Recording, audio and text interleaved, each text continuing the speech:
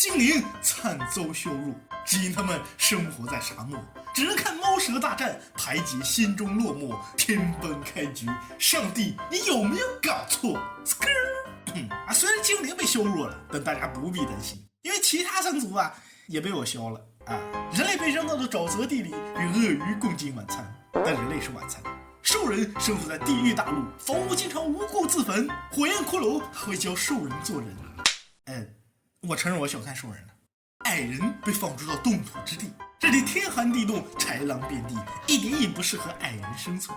4族在各自大陆过着朝不保夕的生活，除非他们发展出来航海科技，登陆中间的祝福岛。这里环境优美，资源丰富，只有4族点出航海科技，来到此处便能脱离苦海，享受生活。那么代价是什么呢？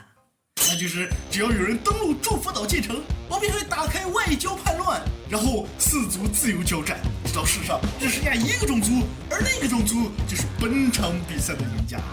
至于为什么前期不开，那当然是为了保护一些弱势种族那么好，各位观众开始下注，请选出你最看好的种族，比赛现在开始。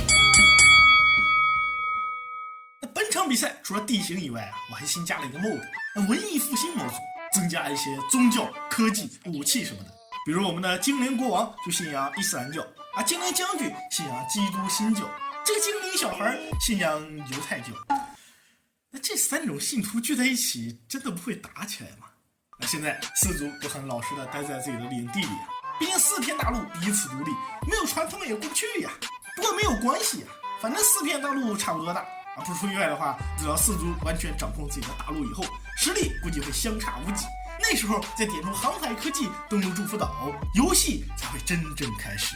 然后这个故事就不出意外的出意外了，因为兽人竟然登陆了人类的沼泽之地，建立了一座兽人分城。虽然关于这位施弗雷德的经历我这里并没有明确记载，但从他的属性上来看，我猜他是打完火焰骷髅着火了，然后去海里面灭火。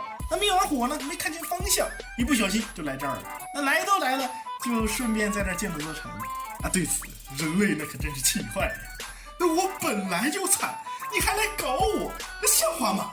人类倒是想干掉弗雷德但外交和叛乱还没有开启，哪怕对方只有1人，他们也不能动手本是想保护人类的规则，此时却保护了兽人命运还真是奇特时间一晃过了好多年，其他3族也陆续建立了分城，人口蒸蒸日上。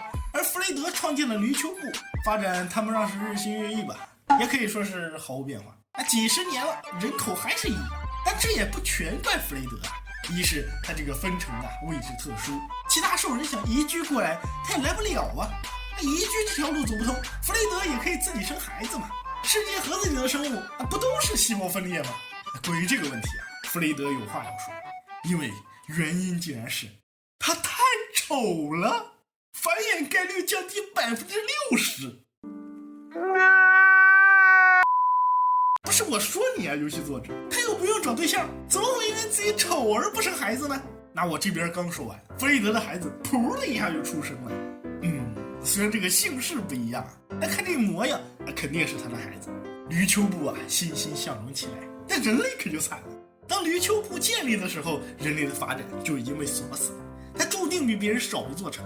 现在他除了赶紧喷科技，早日登陆祝福岛以外，毫无办法。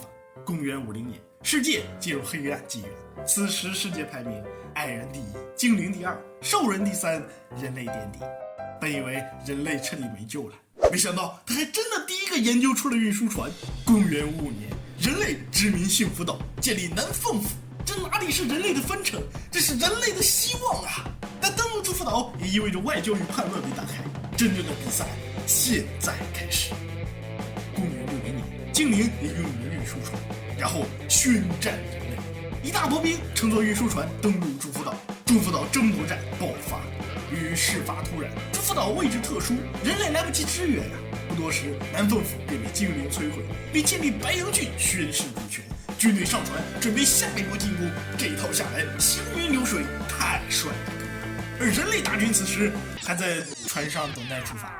已经结束了，太失望了。精灵发起了第2波进攻，而这次的目标是人类首都。危急之下，人类也终于发起了反击，登陆沙漠大陆，反攻精灵帝国。玉溪之星转瞬即逝，下一个目标是精灵首都。精灵毫不示弱，再次加注，直接刷全部兵力反攻人类帝国。双方完全放弃了防守，主打一个同归于尽。